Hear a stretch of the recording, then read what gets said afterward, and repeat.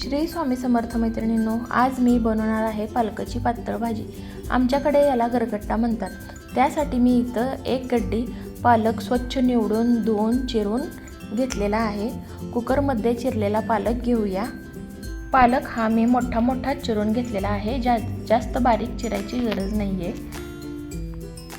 आता याच्यामध्ये मी अर्धा वाटी हरभऱ्याची डाळ घेतली, अर्धा वाटी शेंगदाणे घेतले, 3 ते 4 हिरव्या मिरच्या मी तुकडे करून टाकलेल्या आहेत। तुम्ही इथं मिक्सरला बारीक करून टाकले तरी चालतील। या हिरव्या मिरच्या खूप तिखट असल्यामुळे मी तुकडे करून टाकलेले आहेत। थोडेसे कढीपत्त्याची पानं टाकलेली आहेत। पाणी टाकूया। मोठा मोठा चिरलेला असा टोमॅटो टाकूया।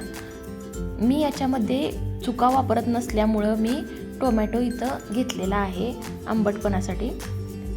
आता आपण कुकरच्या 3 ते 4 शिट्ट्या करून घेऊया। मी इथं हरभऱ्याची डाळ वापरली आहे। तुम्ही तुमच्या आवडीनुसार कोणतीही डाळ वापरू शकता। हरभऱ्याची डाळ वापरल्यामुळे एखादी शिट्टी जास्त घ्यावी लागते। आता आपला गरगट्टा शिजून तयार आहे। त्यातलं जास्तीचं पाणी आपण काढून घेऊया। पाणी काढल्यामुळे आपला गरगट्टा चांगला घोटला जाईल। अशा पद्धतीने रवीने चांगला आपण गरगट्टा घुसळून घेणार आहे। एक कढई गरम केली, त्याच्यामध्ये 2 पळी तेल टाकले, मोहरी टाकली, मोहरी तडतडल्यानंतर जिरं टाकलं, 8-10 कढीपत्त्याची पानं टाकली।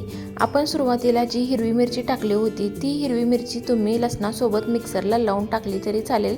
मी तिखटपणा चांगला येण्यासाठी मी शिजतानाच मिरची टाकली होती। इथं मी आता 1 चमचा ठेचलेला लसूण टाकला, अर्धा चमचा हळद टाकली, 1 चमचा लाल तिखट टाकलं, 1 चमचा जिरेपूड टाकली। चांगलं परतून घेऊया। भाजी शिजवून घेतल्यानंतर जे पाणी काढलं होतं तेच पाणी टाकून आपण इथं मसाले शिजवून घेणार आहे। मसाले चांगले शिजले पाहिजेत अशा पद्धतीने। आता आपण शिजवून घेतलेला पालक त्याच्यावरती टाकणार आहे। अशा पद्धतीने मी सर्व शिजवलेला पालक फोडणीवरती टाकून घेतला। एकसारखं ढवळून घेऊया। हा पालकाचा गरगट्टा भाताबरोबर खूप छान लागतो। या भाजीमध्ये भाकरी चुरून खायला छान लागते।